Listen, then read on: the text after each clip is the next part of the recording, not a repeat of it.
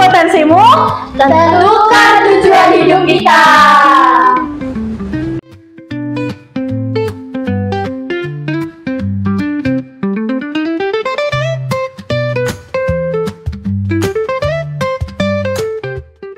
Halo Sobat Kitos, perkenalkan kami dari Duta Gesit SMP Negeri 14 Surakarta. Nah, pada kesempatan kali ini kita akan podcast sama teman-teman dan guru yang sangat-sangat keren.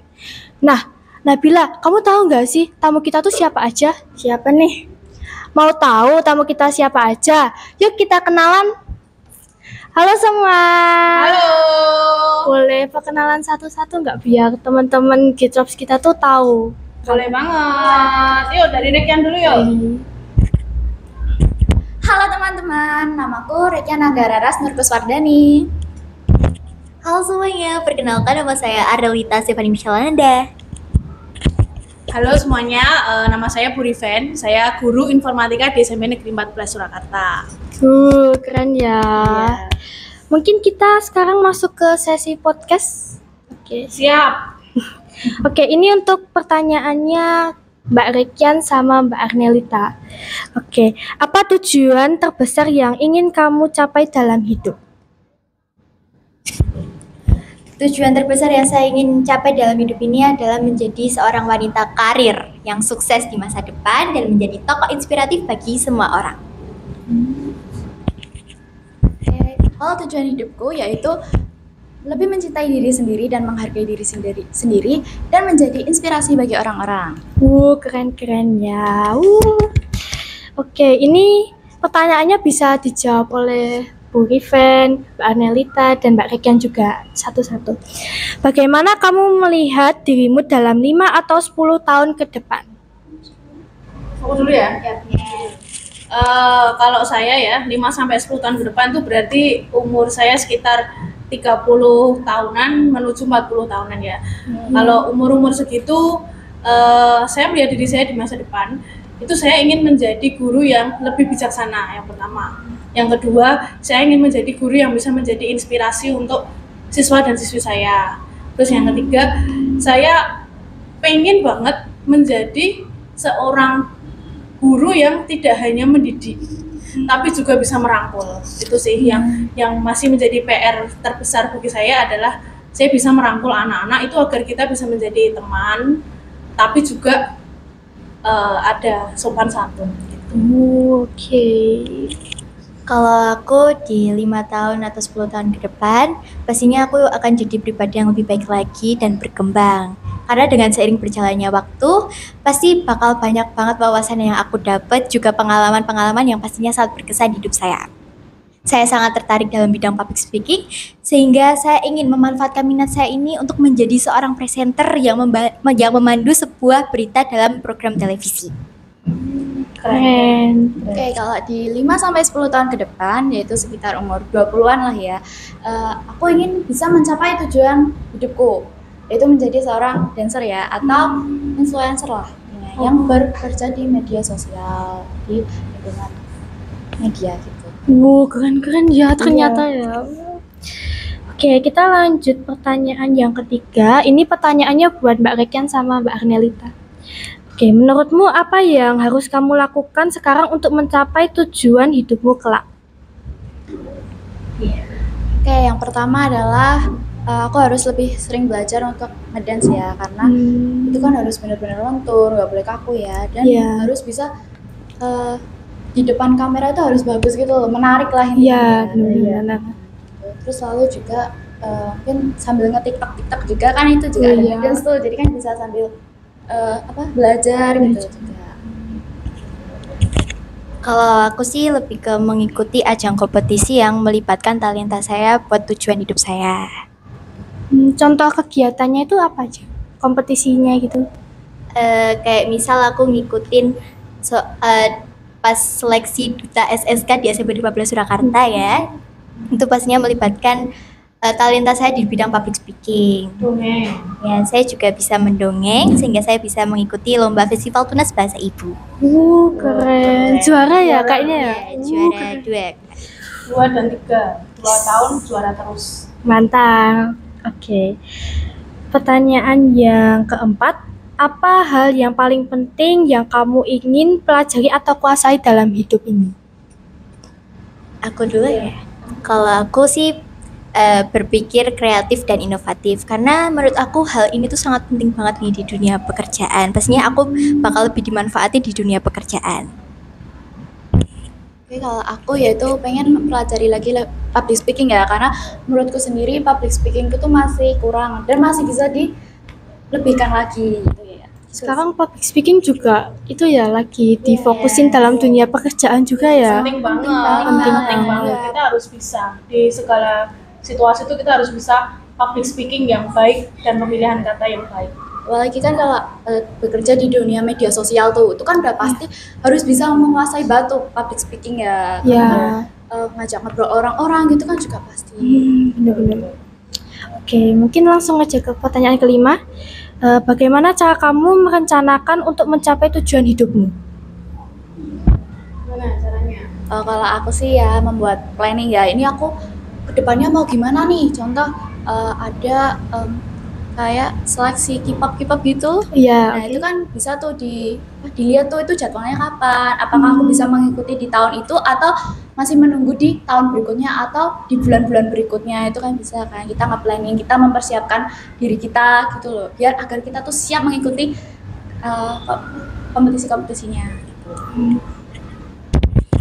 Kalau aku sih harus tahu keahlian diri sendiri ya, karena ini sangat menyangkut masa depan kita. Terus kita juga harus percaya diri dalam menghadapi segala tantangan. Oke, jawabannya keren-keren semua ya Nabila ya. Mungkin Nabila ada pertanyaan buat Bu Given, Mbak Anelita atau Mbak Rekian? Ada. Oke.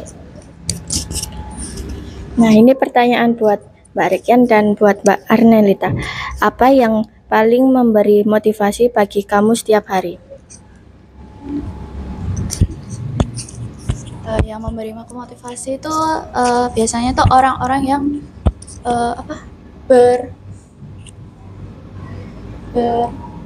berdampak besar ya bagi orang-orang. Contoh kayak mau di Ayunda. Kalau aku sendiri tuh lebih ke Fania yang di TikTok itu menginspirasi aku gitu.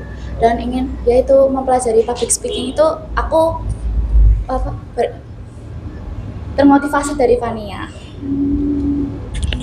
Sama halnya juga dengan aku juga terinspirasi dari Maudy Ayunda, karena dia tuh punya banyak banget bakat, prestasi yang juga passionnya tuh dia tekuni. Jadi pisau tuh gak akan tajam kalau gak diasah. Betul sekali. Betul. Selagi muda kita asah pisaunya. Ya. Benar. Nah, pernahkah kamu merasakan ragu dengan cita-citamu? Apa yang kamu lakukan jika masih ragu-ragu dengan cita-citamu? Ya pastinya pernah ragu dengan cita-cita kita sendiri. Cuman kadang tuh mikir juga, waduh selagi masih bisa kan ya gak apa-apa, kan masih bisa diusahakan. Jadi tetap tanamkan motivasi di dalam hidup ini biar kita bisa nyampai tujuan itu. Betul. Cita-cita juga bisa berubah. Ya, Cita-cita bisa berubah. Bisa Bisa. Tapi kita harus punya goal dulu. Ya. Aku sih ya tentu pernah ya, apalagi melihat sekarang tuh di dunia K-pop tuh banyak banget tuh anak-anak muda ya sekarang ya, kelahiran 2010, 2011 itu udah jadi idol tuh. Yang membuat aku merasa jadi ragu gitu loh, apakah aku bisa. Tapi mumpung belum terlalu tua, maksudnya belum umur 20-an gitu lah ya, itu masih bisa diasah lagi gitu loh ya mas. Enggak tua. Ya tapi kan untuk untuk idol tuh udah tua. Nih, pertanyaan ketiga. Apa yang menjadi inspirasi utama dalam hidupmu dan mengapa?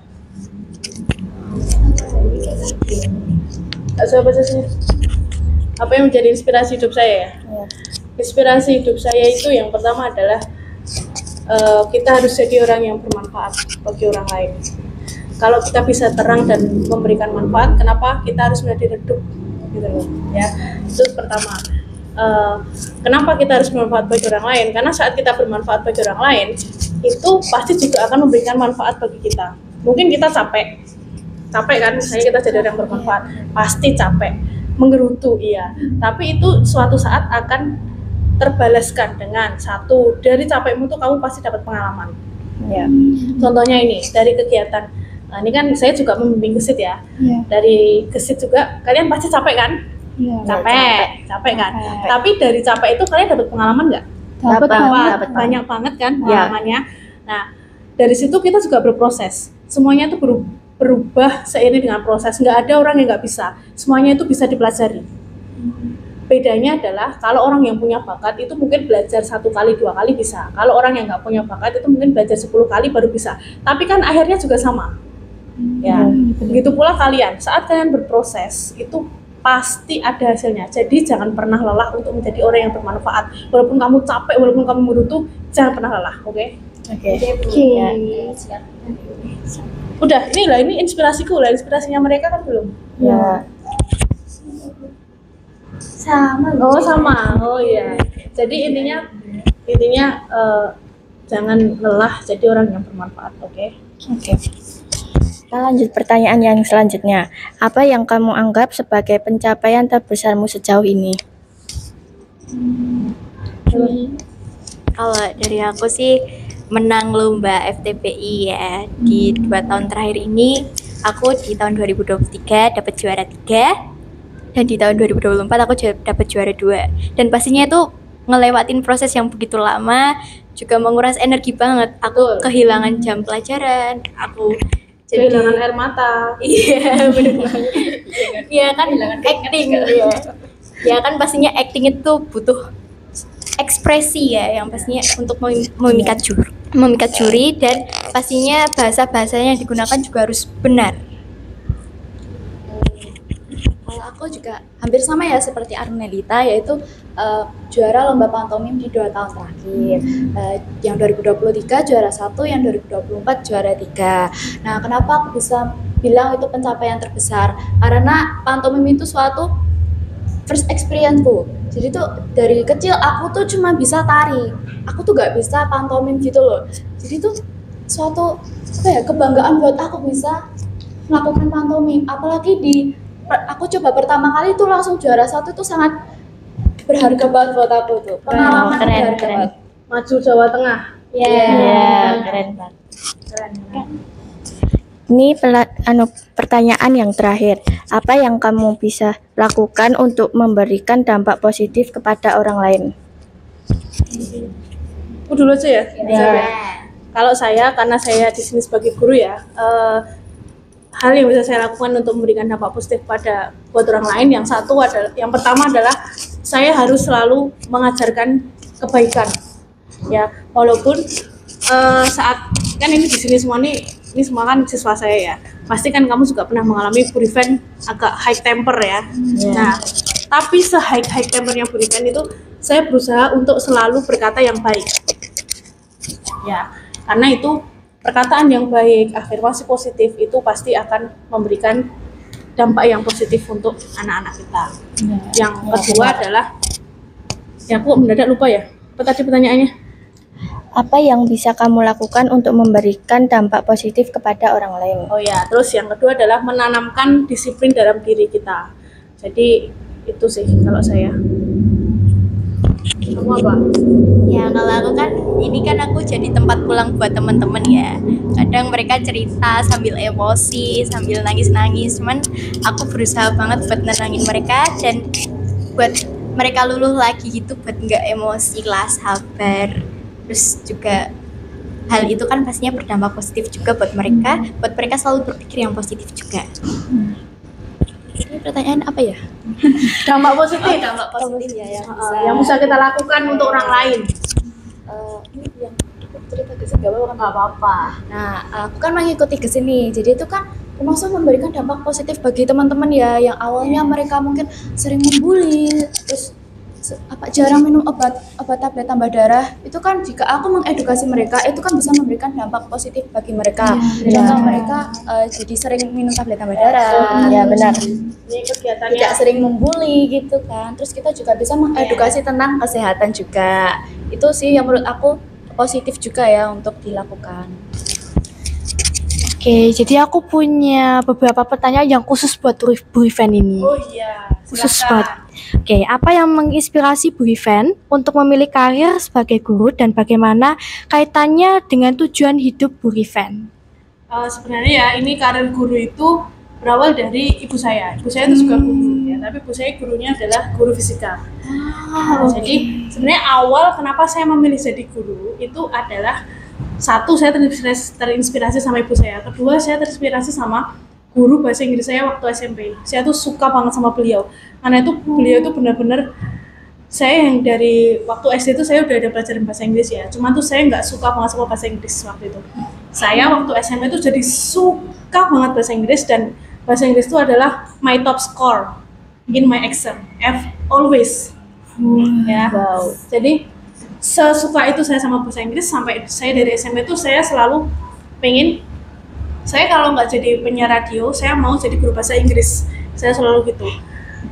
Any change, saya selalu daftar guru bahasa Inggris dulu ya. Cuman seiring berjalannya waktu, ternyata takdir yang membawa saya menjadi seorang guru komputer. Ternyata it's okay, nggak terlalu beda juga. Komputer juga bahasa Inggris gitu loh. Ya kan, di sini juga bahasa Inggris, dan ternyata menyenangkan juga gitu loh jadi guru komputer. Jadi sebenarnya apa yang kamu tujuankan, apa yang kamu goalskan, itu kamu harus punya planning dulu. Kemudian setelah itu, seiring berjalannya waktu, dari tempaan-tempaan hidup, kamu akan menemukan apa your real goals, itu apa. Jadi itu sih kalau menurut saya. Jadi kalau saya sekarang, saya bangga sih jadi guru informatika, jadi guru komputer, karena ternyata anak-anak di sini tuh seneng gitu loh kalau pelajaran saya. Ya jarang komplain sih ya, tapi ya pasti ada yang nggak seneng, tapi kayaknya 80% seneng deh. Iya. Soalnya Bu Vivian asik-asik gitu ya, asik banget sih. Suka bercanda juga. Oh iya, benar-benar. Oke, ini pertanyaan yang kedua. Bagaimana peran pendidikan dalam membantu Bu Vivian mencapai tujuan hidup Bu Vivian, dan bagaimana Bu Vivian bisa memberikan pengaruh positif kepada siswa dan siswi di SMP Negeri 14? Kalau pengaruh pendidikan ngaruh banget ya, karena kan kalau kita jadi seorang guru tuh pastinya harus sesuai kualifikasi ya, minimal kan harus S1. Saya juga S1, saya S1 di UNS, Pendidikan Teknik Informatika dan Komputer, secara linear, sesuai dengan mata pelajaran yang saya ajar. Terus bagaimana memberikan pengaruh positif ya, sangat berpengaruh positif. Jadi saya selalu menanamkan ke anak-anak, apalagi yang kelas 9, itu pasti selalu saya dorong untuk kamu terserah mau milih SMA atau SMK, tapi kamu harus sangat berusaha untuk kamu bisa kuliah. Itu sangat selalu saya tanamkan. Jadi jangan pernah membuat mindset bahwa saya nanti nggak kuliah, saya SMA udah aja. Memang dari pemerintah mintanya 12 tahun, tapi jangan 12 tahun ya. Kamu kalau bisa lebih dari 12 tahun, karena pendidikan itu change your life. Seriously, beneran. Jadi semakin tinggi pendidikan kamu, itu kamu akan berubah menjadi orang yang lebih baik. Satu, lebih baik dari segi public speaking, pasti beda. Dua, lebih baik dari segi tingkah laku. Sekarang maaf, banyak yang di TV itu kamu lihat kriminalitas dan lain-lain, itu kan kebanyakan juga dari yang pendidikan rendah kan? Ya kan? Jadi kita nggak bisa tuh, nah itu yang lulusan SD juga jadi pengusaha. Iya ada, tapi kan 1 in a million, tahu nggak sih? 1 dari 1 juta guys. Yang lain tuh ya gitu-gitu aja hidupnya. Jadi pendidikan tuh sangat berpengaruh. Setuju nggak? Setuju banget. Nih nanti kan kuliah semua kan S2 semua ya. Amin. Ya, Kalau bisa S3. Ya amin. Harus nanti kesini kamu udah dokter semua. Ya, amin. Nah, pertanyaan ketiga nih. Apa pesan dan atau saran yang ingin Bu Vivian sampaikan kepada siswa agar mereka dapat menetapkan dan mencapai tujuan hidup mereka?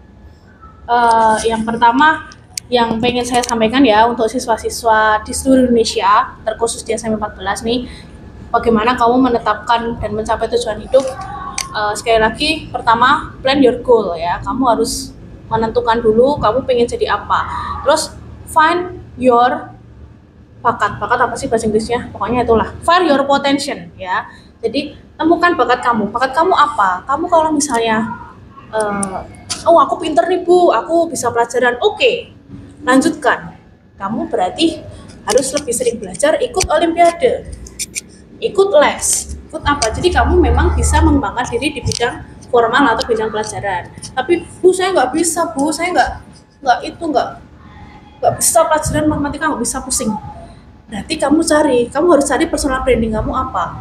Mungkin aja kamu nggak pintar matematika, tapi kamu pintar gambar. Nah, kamu bisa jadi ilustrator. Kamu pintar public speaking, kamu bisa jadi MC. Kamu pintar apalagi? Kamu pintar nyanyi, kamu bisa jadi penyanyi. Kalau nggak mau jadi penyanyi, bisa jadi pelatih vokal, bisa jadi voice over, ya kan? Sekarang itu pekerjaan banyak banget, dan kita nggak harus ikut orang. Kita bisa bekerja sendiri, kita bisa bekerja di rumah. Kamu bisa kerja di sektor formal maupun non formal. Formal tuh kayak prevent formal, guru, TNI, Polri itu formal. Tapi non formal tuh banyak, pengusaha dan lain-lain banyak banget. Nah, terus sekarang bagaimana agar lebih efisien? Ya itu tadi. Jangan lupa tentukan bakat kamu dan serius ditekuni. Bisa satu yang tekun itu pasti akan lebih baik daripada kamu bisa semua tapi just average, ya. Kita nggak butuh orang average, ya nggak? Kita harus butuhnya ahli. Nah itu. Mana nih? Coba ditambahin nih gimana? Tips buat teman-teman biar mereka bisa mencapai tujuan hidup mereka dengan lebih efisien. Yang kira-kira kamu sudah lakukan aja selama ini. Ya, selalu percaya sama diri sendiri aja sih. Ya, pastinya gitu. Kalau aku sih percaya diri ya, jangan pikirin omongan orang. Benar banget. Tentu orang itu bisa kayak kamu. Iya, betul banget. Betul banget. Kalau kamu, wah kok banget tuh. Kalau kamu melihat hanya dari segi bulian orang, itu kamu hanya akan rugi. Ya, tidak akan berkembang sama sekali. Karena orang yang membuli kamu, dia biasanya nggak punya potensi. Betul. Dia potensinya dia apa? Potensinya dia yang bully kamu itu. Jadi cuman itu doang. Jadi dia cuma orang-orang ya just average. Nah, Udah ya? ya. Oke, Nabila ada tambahan? Kayaknya udah deh Mbak. Udah, dari aku juga udah. Nah, terima kasih juga buat Mbak Rekian, Mbak Arnelita, dan juga Bu Ivan yang udah datang ke podcast kita. Ya, terima kasih banyak. Semoga cerita kita menginspirasi ya buat teman-teman semua. Find your potential. Tentukan tujuan hidupmu apa, your life goal apa. Ini Kak Arnelita ini dia juara, Kak Arnelita juga sudah juara. Kamu kapan jadi juara? Iya. Juara di hatiku. Jangan cuma juara di hatinya dia, itu belum saatnya ya. Oh, oke. Udah nih berarti. Udah. Terima kasih. Terima kasih. Kamsahamnida.